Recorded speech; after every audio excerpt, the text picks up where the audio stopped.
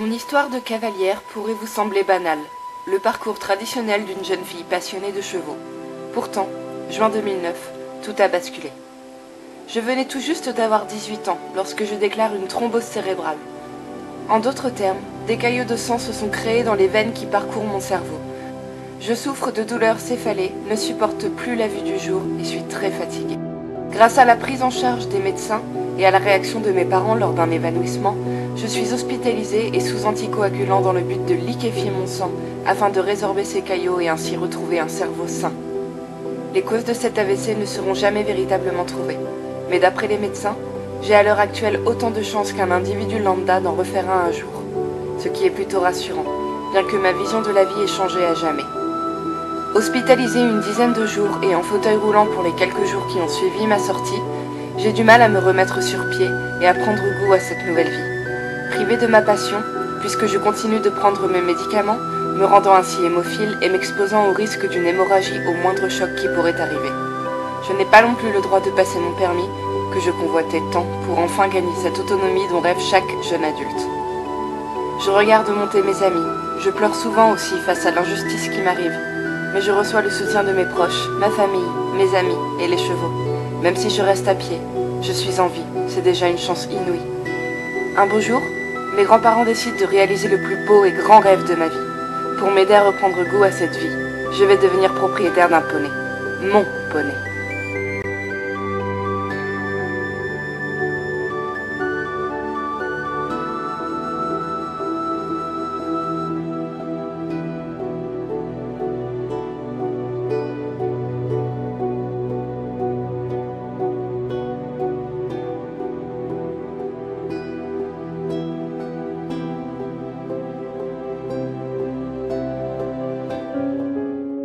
Le 13 avril 2010, peu de temps avant mon 19e anniversaire, Ultra de la Banque Allier arrive à la maison.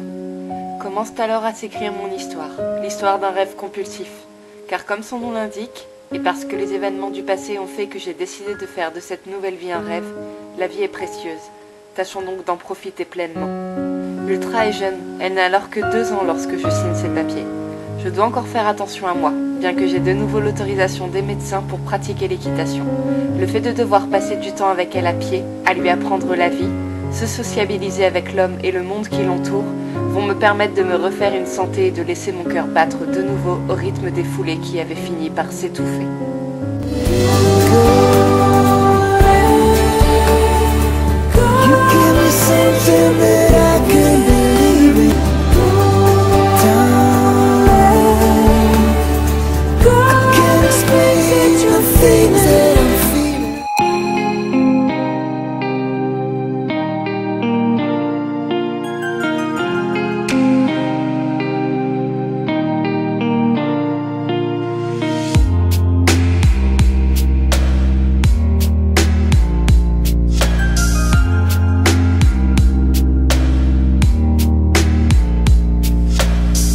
Les mois passent et le travail que nous accomplissons à pied avance de façon étonnante.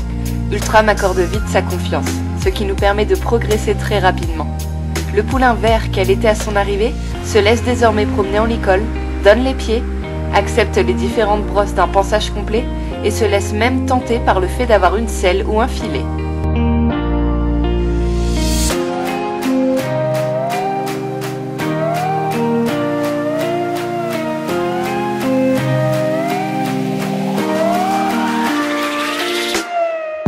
Elle est étonnante.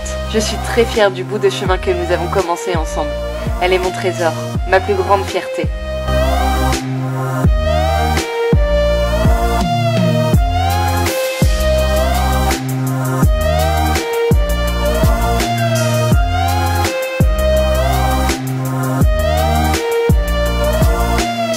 Ultra me permet d'oublier peu à peu mon état de santé.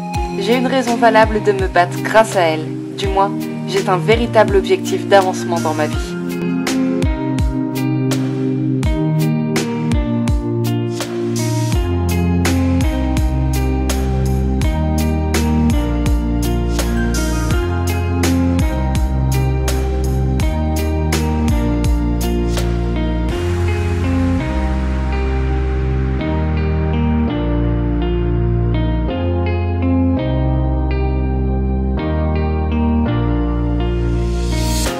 Elle me pousse à mûrir, à prendre mes responsabilités d'adulte propriétaire.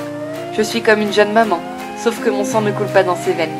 Mais je lui ai donné mon cœur, et je pense que je n'aurai jamais les mots pour définir véritablement ce sentiment de vie qui bout en moi. Grâce à mes grands-parents, je ne l'oublierai jamais. I could stay like this, forever following you.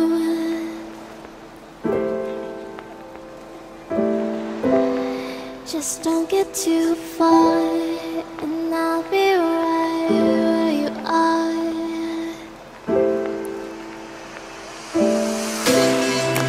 You're a dream that I could finally see. Et comme cela devait arriver un jour, suivant le cours normal du parcours que j'avais entrepris avec elle, nous avons pris la route vers mes écuries, dans le but d'approfondir son travail, encadré par des professionnels, afin de m'aider aux étapes du véritable débourrage.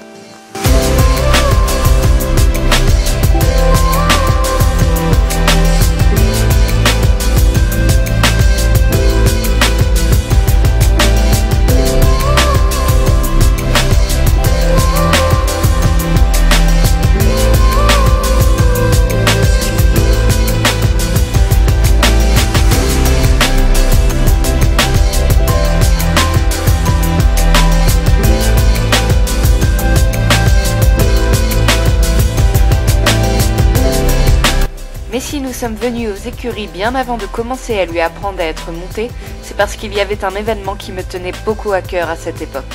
De par ses origines, j'avais été conviée à l'événement de la finale nationale des 2 ans poney à Saumur, où elle se hisse sur la 2e marche du podium. Mon bébé, vice-championne de France.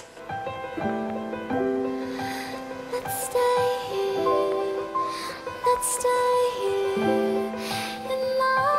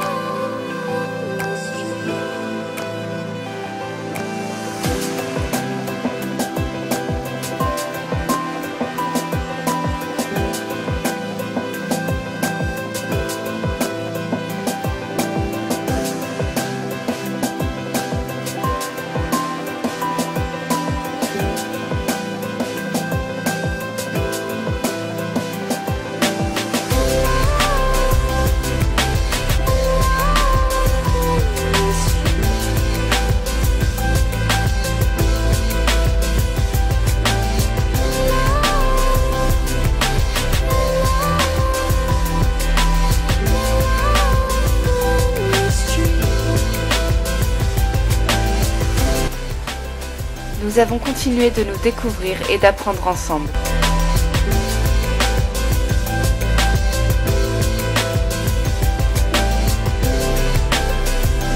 J'ai commencé à instaurer des petits jeux à pied, notamment l'apprentissage du bisou, du stick to me. J'avais une confiance presque aveugle en elle, et j'avais vraiment cette impression qu'elle me faisait confiance elle aussi. C'est bien qu'un beau jour...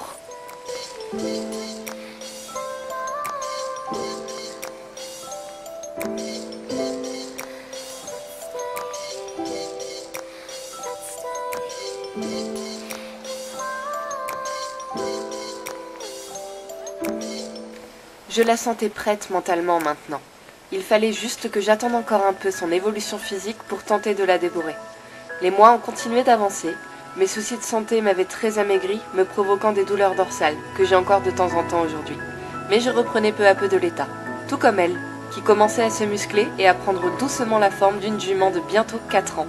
Mon petit foal commençait à devenir une petite ponette type sport. Nous faisions beaucoup de séances en longe, toujours dans l'optique de la préparer à me mettre sur son dos avec une selle.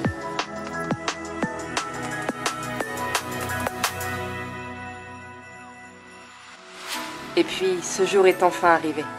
Pour l'occasion, mes grands-parents étaient présents. Ils ne voulaient pas manquer ce fabuleux moment. Le résultat de longs mois de travail à pied allait enfin payer. Ce jour-là, comme à son habitude, elle m'a épatée. Une première en selle, enfilée, en longe pour commencer, puis lâchée, au pas.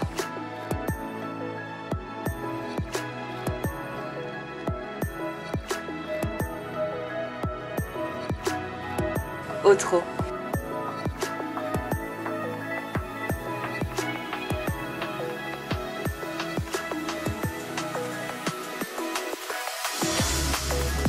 Et même au galop, la preuve de notre confiance mutuelle.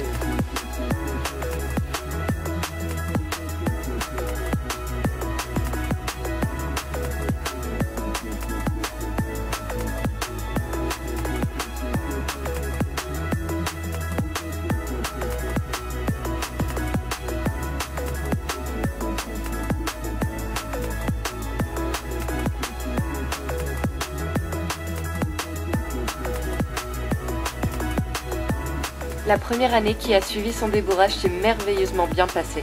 Nous sortions en carrière, en balade, testions toutes sortes de choses dans l'optique de la désensibiliser à un maximum de choses, sans perdre la confiance que nous avions instaurée l'une envers l'autre. Plus les saisons passaient, plus je la trouvais belle, et plus notre histoire avançait. Nous avons franchi notre première barre également. Elle avait cette prestance à l'obstacle qui m'a toujours impressionnée. Nous avons participé à l'épreuve de modèles et allures dès 3 ans, où elle se hisse sur la 3e marche du podium cette fois-ci. J'étais tellement fière de la présenter, même si en réalité, c'est à elle que revenait l'intégralité du mérite.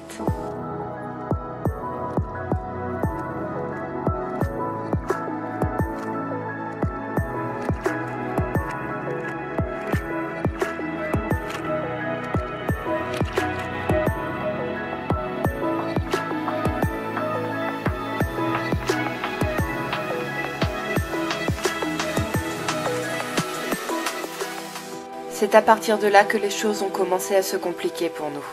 Nous avons fini par bloquer, et l'évolution que je nous avais prévue n'aboutissait finalement jamais. Je me souviens lui avoir écrit une lettre que j'avais postée sur mon blog à l'époque, où celle-ci disait « Ah Ultra, mon bébé, j'ai mal et je ne peux même pas t'expliquer pourquoi, puisqu'à présent je t'ai donné tout ce qu'une mère avait à donner à son enfant. Tu es arrivée dans ma vie si petite, si fragile, si perdue. On t'a privé de ta mère sans te laisser le choix. Il était de mon devoir de t'aimer comme une mère aime son nouveau-né, de t'apprendre à affronter la vie qui t'attend. J'ai juré serment de te protéger, de te guider. Aujourd'hui, tu es devenue grande. Je t'ai permis de découvrir l'homme, l'amour qu'il peut te donner, mais aussi le travail qu'il va te demander de faire pour lui. La selle, le filet, le plat, l'obstacle, la balade, la complicité entre un cavalier et son cheval. Je t'ai tout donné, tout appris. Et tant aimé. Et maintenant que tu as grandi, tu vas pouvoir partir évoluer sans moi, puisque je ne peux t'apporter cette seconde partie que j'aurais tant aimé poursuivre avec toi. Tu dois t'en aller, c'est pour ton bien. Mais ne l'oublie pas, je serai toujours là. Au cours de ma vie, nulle n'a été une décision plus difficile à prendre que celle-ci. Comme si on arrachait une partie de mon cœur, je devais faire face à un problème auquel je ne m'attendais pas. Notre histoire était idyllique, et je ne regrette absolument rien. Bien au contraire, je suis tellement heureuse d'avoir été celle qui t'a menée jusqu'ici. On avait beau me le dire, mon entourage avait beau me parler des inconvénients que formait notre couple, je tournais toujours le dos, me voilant la réalité, et j'ai continué d'y croire, pour nous. Mais il y a des signes qui ne trompent pas, et lorsque tu as commencé à te révolter, car je ne trouvais pas ma place sur les seaux, ou parce que j'étais sans doute devenue trop grande ou lourde pour ton petit dos fragile, j'ai compris. J'ai compris que malgré tout l'amour que j'avais pour toi, si tu devais continuer d'apprendre et d'évoluer, ce ne serait pas avec moi. J'avais tout à t'apprendre à pied, mais pour la partie montée, cela devenait compliqué pour toutes les deux. Alors j'ai décidé de te vendre, avec, pour extrême condition, de ne te laisser partir que dans une bonne maison. Et cela a pris du temps à trouver, pour mon plus grand bonheur sans doute. Puisqu'en attendant, tu étais toujours là, avec moi.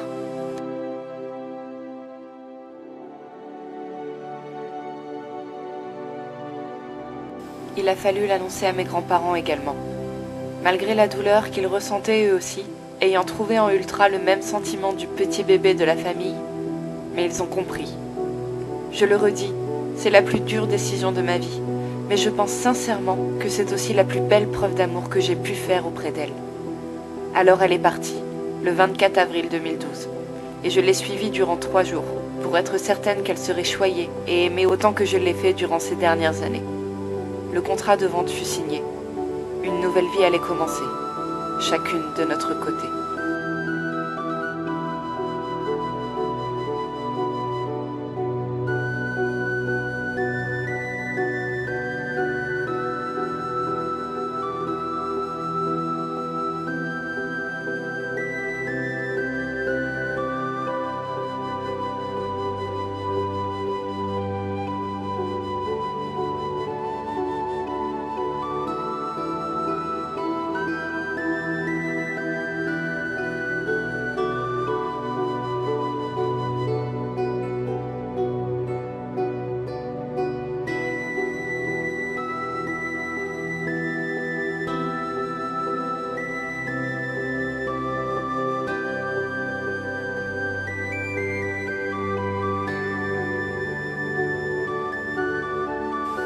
Quatre années ont passé.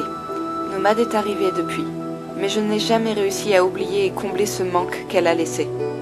La chance m'a souri, et j'ai pu la récupérer quelques mois puisqu'elle me fit confier. J'ai ainsi pu profiter de la chance d'avoir Nomade et elle, en même temps à mes côtés, en 2016. Et je pense, avec du recul, que cette période me permit de tourner véritablement la page et ainsi cicatriser cette plaie qui saignait en moi depuis ce fameux premier départ. Elle est repartie. Mais je n'ai plus jamais pleuré pour le vide qu'elle laisse. À l'heure actuelle, je me rends compte que nous avons vécu l'histoire que nous devions vivre. Elle n'a peut-être pas duré aussi longtemps que ce que j'aurais souhaité lors de son achat, mais je pense qu'elle a été intense et remplie d'amour. Comme chaque histoire, celle que j'ai vécue avec elle a eu son temps. Elle m'a apporté ce second souffle dont j'avais besoin suite à mon AVC, et moi, je lui ai permis d'apprendre à vivre auprès d'un être humain sans avoir peur de profiter du monde qui l'entoure. Chacune a rempli sa tâche à sa juste valeur. La suite de nos histoires se sont faites grâce à deux autres êtres. Nomade a croisé ma route, prenant ainsi le relais, et sa nouvelle propriétaire a su reprendre les rênes et poursuivre là où je ne pouvais l'emmener. Maintenant, vous savez tout. Je ne vous cache pas que j'ai pleuré en écrivant et montant cette vidéo à maintes reprises. Je n'ai encore une fois aucun regret, et je suis très émue de vous révéler ou de vous raconter de nouveau cette histoire qui m'a marquée à tout jamais. Si vous souhaitez découvrir notre histoire dans le moindre détail, le blog que je tenais lorsqu'elle était à mes côtés est toujours en ligne. Je vous glisse le lien dans la barre d'informations. Ultra restera à jamais la ponette de ma vie, peu importe où elle est, et j'espère au plus profond de mon cœur qu'elle n'oubliera jamais ces belles années passées à mes côtés.